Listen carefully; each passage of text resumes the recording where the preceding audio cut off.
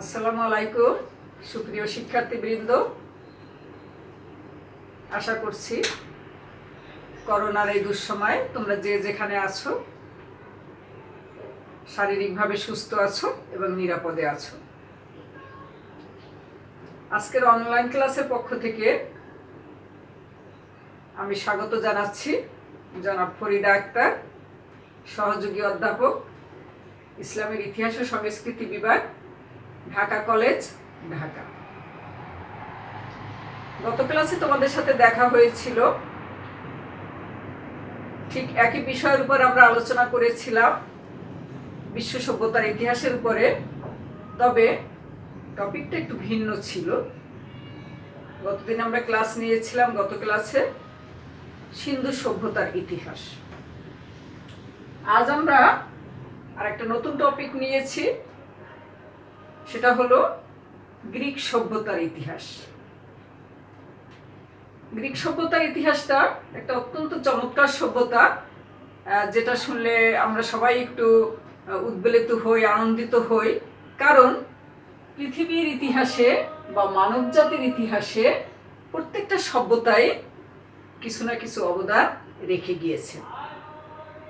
তো এই যতগুলো সভ্যতা আমরা খুঁজে পেয়েছি, তার মধ্যে সব থেকে গুরুত্বপূর্ণ, ঈর্ষণীয় এবং গৌরবের অধিকারী ছিল এই গ্রিক সভ্যতা। কারণ এটা অত্যন্ত সমৃদ্ধশালী একটি সভ্যতা। গ্রিক নামটি মূলত রোমানদের দেয়া। আধুনিক দেশটি গ্রিস নামে পরিচিত এবং এর অধিবাসী ও মুদ্রার নাম গ্রিক। গ্রিক মূলত একটি পার্বত্যময় এবং অনুর্বর ভূমি। এর আবহাওয়া শুষ্ক, কারণ এটা একটা দ্বীপ রাষ্ট্র। তিন দিক থেকে আমরা দেখি অ্যাড্রিয়াটিক সাগর, ভূমধ্য সাগর এবং ইজিয়ান সাগর দ্বারা বেষ্টিত। তো এখন এই দেশটা এত সমৃদ্ধশালী যে পৃথিবীর ইতিহাসে যত বিখ্যাত ব্যক্তিরা আমরা দেখি প্রত্যেকের জন্মই কিন্তু প্রায় গ্রিসে।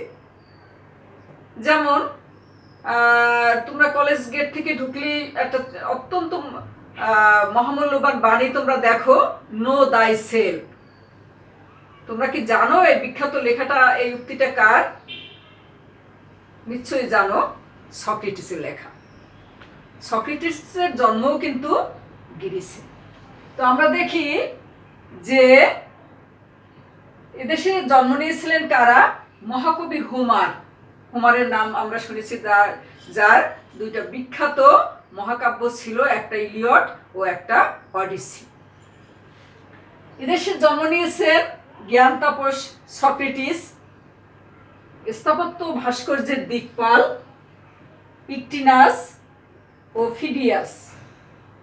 বিশিষ্ট রাজনীতিবিদ ছিলেন থেমিস, পেরিক্লিস। ইতিহাস পড়তে এসে তোমরা প্রত্যেকেই ইতিহাসের জনকের নাম জানো। কে সে? হেরোডোটাস। তার জন্ম এই গ্রিসে। দর্শনের শিখাগ্নি প্লেটো, এরিস্টটল, সক্রেটিস, এই তিনজনের জন্মই কিন্তু গ্রিসে। তোমাদের এই যে বিখ্যাত তিনজন দার্শনিক, এদের নাম মনে রাখার জন্য একটা সুন্দর ছোট একটা টেকনিক কিন্তু আছে। মেয়েরা শুনলে খুব খুশি হয়। এসপা এসপা কথাটার সাথে আজকাল আমরা শুধু মেয়েরা না, ছেলেরাও পরিচিত হয়েছে তোমরা এসপা। তো এসপাতে এসে কি হয়? সক্রেটিস, পিতে প্লেটো, এতে এরিস্টটল। এই তিনজন দার্শনিকের জন্মই কিন্তু, বিখ্যাত ব্যক্তির জন্মই আমরা দেখি গ্রিসে। তো এই তিনজনের মধ্যে একটা অত্যন্ত গভীর সম্পর্ক আছে। সম্পর্কটা কি জানো তোমরা? হ্যাঁ, সক্রেটিসের ছাত্র হলো প্লেটো, প্লেটোর ছাত্র হলো এরিস্টটল। আবার যদি আমরা উল্টো দিকে যাই, এরিস্টটলের শিক্ষক হলো প্লেটো, প্লেটোর শিক্ষক হলেন সক্রেটিস। আশা করছি তোমরা কেউই ভুলবে না। এই ছোট্ট একটা ফর্মুলা তোমরা সবাই মনে রাখবে, তাহলে কখনোই ভুল হবে না।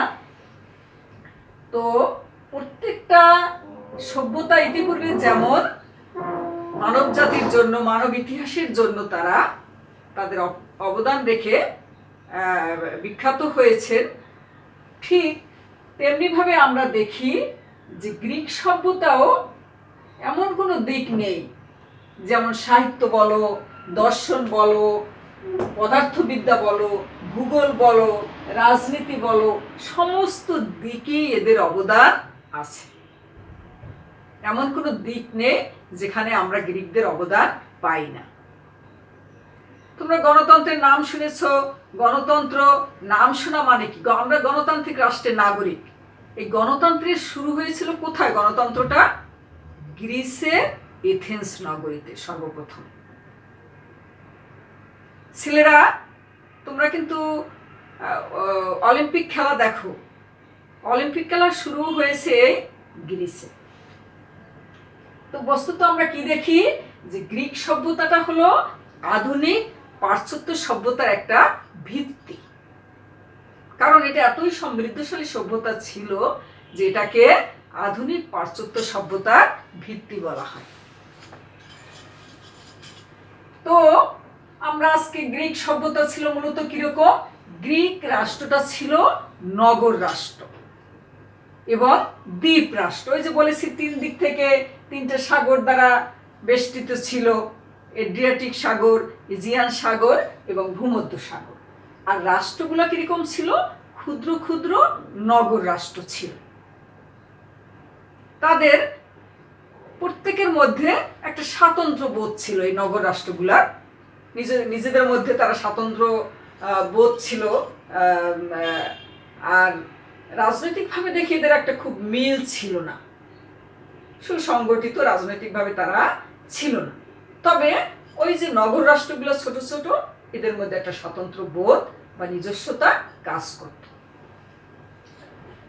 তো এই নগর রাষ্ট্র পড়াতে এসে আজকে আমরা যেটা আলোচনা করব, যে গ্রিসে আমরা সর্বপ্রথম যে দুইটা নগরী দেখেছি নগর রাষ্ট্রে, এবং প্রধান দুইটা রাষ্ট্র দেখেছি, তার একটা হলো স্পার্টা আর একটা হলো এথেন্স।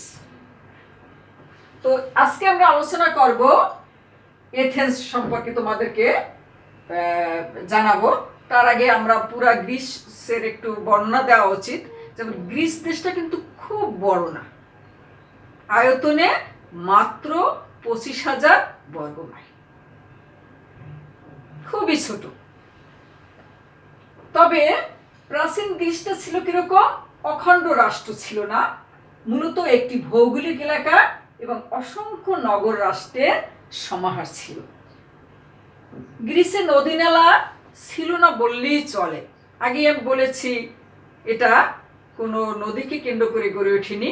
তবে গ্রিসের মূল ভূখণ্ড থেকে সমুদ্রের দূরত্ব ছিল মাত্র 70 কিলোমিটার। অনুর্বর জমি ছিল, পাহাড় পর্বতে ঘেরা ছিল। তো স্পার্টা সম্পর্কে আমরা আজকে আলোচনা করব। স্পার্টা এবং এথেন্স আমরা একটু আলোচনা করি। তো স্পার্টার আয়তন ছিল মাত্র 3,360 বর্গ মাইল। ক্লিয়ার? 3,360 বর্গ মাইল। আর এথেন্সের আয়তন ছিল মাত্র 1,060 বর্গ মাইল। খুব বেশি বড় ছিল না, খুবই ছোট ছিল নগর দুইটা। আর এই দুইটা নগরীর মধ্যে আকাশ পাতাল একটা ব্যবধান আমরা লক্ষ্য করেছি। সেটা কি ছিল? যে এথেন্স ছিল গণতান্ত্রিক, প্রগতিশীল এবং উন্নত সংস্কৃতির অধিকারী।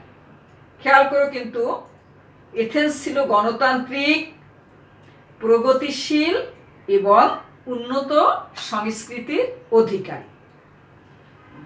পাশাপাশি আমরা লক্ষ্য করেছি স্পার্টা ছিল অভিজাততান্ত্রিক, রক্ষণশীল পশ্চাৎমুখী এবং অনুন্নত সংস্কৃতির অধিকারী। তাহলে আমরা এখন কি পেলাম? সম্পূর্ণ বিপরীতমুখী দুইটা নগর রাষ্ট্র পেলাম, এবং এই নগর দুইটাই ছিল এথেন্সের সর্বপ্রথম এবং সবথেকে উন্নত দুইটা নগর রাষ্ট্র ছিল। তবে আমরা এখন যেটা ক্লিয়ার হয়ে গেল সেটা কি, যে এথেন্স এবং স্পার্টার মধ্যে একটা আকাশ পাতাল ব্যবধান ছিল বৈশিষ্ট্যের দিক থেকে, যার ফলে এই দুইটা রাষ্ট্রের মধ্যে কিন্তু কখনোই মিল ছিল না। মিল তো ছিলই না, উপরন্তু কি ছিল, এদের মধ্যে দ্বন্দ্ব সবসময় লেগেই থাকতো। যেহেতু আমি বলেছি আজকে আমি তোমাদেরকে স্পার্টা নগর রাষ্ট্র সম্পর্কে আলোচনা করব, কারণ গ্রিক সভ্যতা একটা বিশাল সভ্যতা। এটা একটা দুইটা ক্লাসেই আমরা শেষ করা সম্ভব না। তো আমরা আজকে স্পার্টা নগর রাষ্ট্র সম্পর্কে আলোচনা করি। স্পার্টা অর্থ কি? স্পার্টা অর্থ হলো কর্ষিত বা বোনা জমি। ঠিক আছে, এটা ছিল কর্ষিত মানে কর্ষণ করা বা বোনা জমি ছিল। এটা 5টা গ্রামকে কেন্দ্র করে গঠিত হয়েছিল। 5টা গ্রামকে নিয়ে স্পার্টা নগরী গঠন করা হয়েছিল, এবং স্পার্টায় আমরা দেখেছি যে স্পার্টার জনগণ সুরক্ষিত কেন ছিল? কারণ স্পার্টা ছিল পার্বত্যময় একটা রাষ্ট্র, চতুর্দিকে পাহাড় পর্বত দিয়ে ঘেরা ছিল, যার ফলে বহিঃশত্রুর আক্রমণ খুব সহজে সম্ভব ছিল না। আর স্পার্টানরা ছিলেন কিরকম, যে দেশের জন্য তারা জান কোরবান করে দিতে পারত। নিজের জীবনের থেকে তারা স্পার্টা নগরীকে বেশি ভালোবাসত। এক্ষেত্রে আমরা উদাহরণ হিসেবে পাই যে জনৈক একজন বৃদ্ধ স্পার্টান, তিনি তার উক্তিতে বলেছেন যে স্পার্টা নগরীর দেয়াল ইটের পরিবর্তে মানুষ দিয়ে তৈরি ছিল। তার মানে এই নগরীটাকে তারা এতই সুরক্ষিতভাবে রেখেছিলেন যে বহিঃশত্রুরা যাতে কোনোভাবে স্পার্টা নগরীকে আক্রমণ করতে না পারে। আর প্রাকৃতিকগতভাবে বা ভৌগোলিকভাবেও এরা সুরক্ষিত ছিল, যেহেতু পাহাড় পর্বত দিয়ে ঘেরা ছিল। আর একটা কথা তোমাদের জানার দরকার, যে গ্রিকের যে মূল ভূখণ্ড যেটা ছিল, এখানে তাদের যে ভূমিটা ছিল সেটা 5 ভাগের 1 ভাগ ছিল আবাদযোগ্য, বাকিটা আবাদযোগ্য ছিল না। কারণ জমি অনুর্বর ছিল, পাহাড় পর্বতে ঘেরা ছিল, যার ফলে আবাদ করা সম্ভব হয়নি। এই সুবাদে কি হয়েছিল, যে গ্রিকের লোকরা তারা চাষাবাদের তুলনায় ব্যবসা বাণিজ্যের দিকে বেশি ঝুঁকে পড়েছিলেন। ব্যবসা বাণিজ্য, শিল্প, কলকারখানা, এই সমস্ত কাজে তারা বেশি আকৃষ্ট ছিলেন। তো যাই হোক, স্পার্টা নগরীর বৈশিষ্ট্যটা আমরা পড়ব। ইতিপূর্বে আমরা দেখেছি ইতিহাস পড়াতে যে আমরা যতগুলা সভ্যতাই বলো বা যতগুলা রাষ্ট্রই বলো, সেখানে সমাজ ব্যবস্থা থাকে, রাজনৈতিক অবস্থা থাকে, সাংস্কৃতিক অবস্থা থাকে, ধর্মীয় অবস্থা থাকে, এরকম অনেক অবস্থা থাকে। তো সামাজিক দিক থেকে আমরা দেখি যে স্পার্টা নগরীটাও ছিল একটা বৈষম্যপূর্ণ নগর রাষ্ট্র। বৈষম্য মানে সাম্যের অভাব ছিল, রাষ্ট্র ছিল শ্রেণী বিভক্ত। এখন এখানে কয়টা শ্রেণী ছিল? স্পার্টা নগরীতে 3টা শ্রেণীতে বিভক্ত ছিল। 1 নম্বরে ছিল স্পার্টান, 2 নম্বরে ছিল পেরিওচি, 3 নম্বরে ছিল হেল্ট। এখন ম্যাডাম স্পার্টান কারা? স্পার্টানরা হলো, এরা জাতিতে ছিল যোদ্ধা এরা হলো বিজেতা ডোরিয়ানদের বংশোদ্ভূত জাতি ছিল। বিজেতা কেন বলা হয়? তারা স্পার্টা নগরীকে একসময় বিজয় করেছিল। তো বিজেতা ডোরিয়ান বংশোদ্ভূত ছিল এই গ্রিকরা, এবং এরা ছিল প্রথম শ্রেণীর নাগরিক, এবং স্পার্টা নগরীর সমস্ত জমির মালিকও ছিল শুধুমাত্র স্পার্টানরা। তারা কি করতেন? সামাজিক সুবিধা ভোগ করতেন, রাজনৈতিক সুবিধা ভোগ করতেন, নাগরিক সুবিধা ভোগ করতেন। ইতিপূর্বে আমরা দেখেছি কি যে সমাজের প্রথম শ্রেণী বা অভিজাত শ্রেণীরা কিন্তু কয়েকটা শ্রেণীর লোককে নিয়ে গঠিত হয়, কিন্তু স্পার্টানরা ছিলেন শুধুমাত্র স্পার্টানদের দ্বারাই গঠিত। কি ক্লিয়ার? তোমরা বুঝতে পেরেছো বাবা যে স্পার্টানরা ছিলেন শুধুমাত্র স্পার্টানদের দ্বারাই গঠিত, তার মানে এখানে অন্য কাদের প্রবেশ ছিল না। দ্বিতীয় শ্রেণীতে ছিল পেরিয়সি। পেরিয়সি কারা? পেরিয়সি হলো পার্শ্ববর্তী অঞ্চলের বাসিন্দা, অর্থাৎ বহিরাগত নানা জাতের মানুষ। এরা স্বাধীন ছিল, কিন্তু তাদের রাজনৈতিক কোনো অধিকার ছিল না। তবে তাদের একটু সুবিধা ছিল, তারা যৎসামান্য জমির মালিক হতে পারতেন, বিনিময়ে সরকারকে প্রচুর ট্যাক্স দিতে হতো।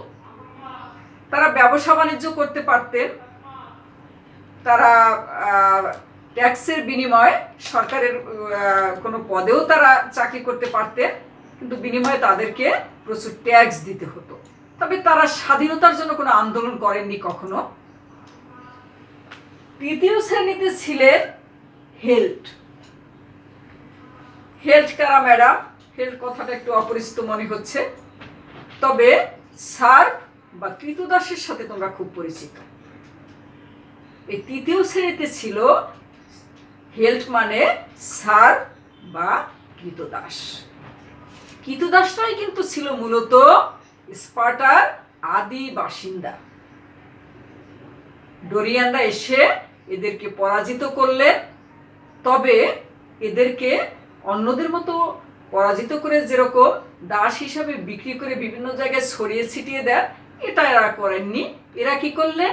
নিজেদের প্রয়োজনে এই সার্ফদের রেখে দিলেন এবং এদের দিয়ে তাদের সমস্ত প্রয়োজনীয় কাজকর্ম করাতেন, কৃষিকাজও করাতেন, বিভিন্ন কলকারখানায় কাজ করাতেন, তাদের পারিবারিক কাজ করাতেন।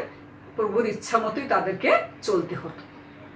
তবে এই সার্ফ বা কৃতদাসদের ভিতরে একটা গুণ ছিল, তারা খুব স্বাধীনতার জন্য আন্দোলন করেছিলেন, যেটা পেরিয়সিরা কিন্তু করেননি। পেরিয়সিরা কখনোই স্বাধীনতার জন্য কোনো আন্দোলন করেননি, যার ফলে এই স্পার্টানরা সব সময় সর্বদাই এই কৃতদাসদেরকে চোখে চোখে রাখতেন। তাদের গোয়েন্দা তাদের পিছনে থাকতো, গুপ্তচর থাকতো, এবং তাদেরকে ভয়ও করে চলতেন। তো আমি বলেছি যে খুব সংক্ষিপ্ত সময়ের মধ্যে এত বড় একটা টপিক শেষ করা সম্ভব না। আজকে আমরা স্পার্টা নগরীর বৈশিষ্ট্য জানলাম।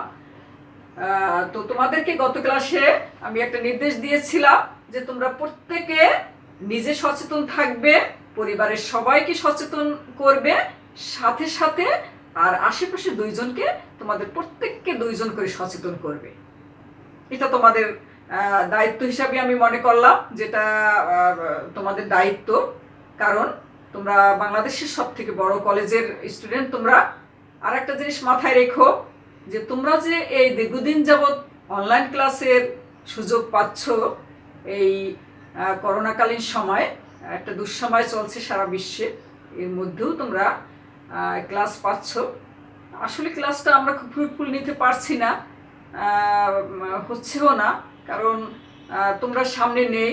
আমরা স্ট্যাচুর মতো, ওই মা যেরকম সন্তানের ছবিটা টাচ করে আদর দেন, ওটা যেরকম মায়েরও তৃপ্তি হয় না, সন্তানও বুঝতে পারে না, ঠিক এরকম একটা অবস্থার মধ্যে আমরা আছি। তোমরা সামনে নেই।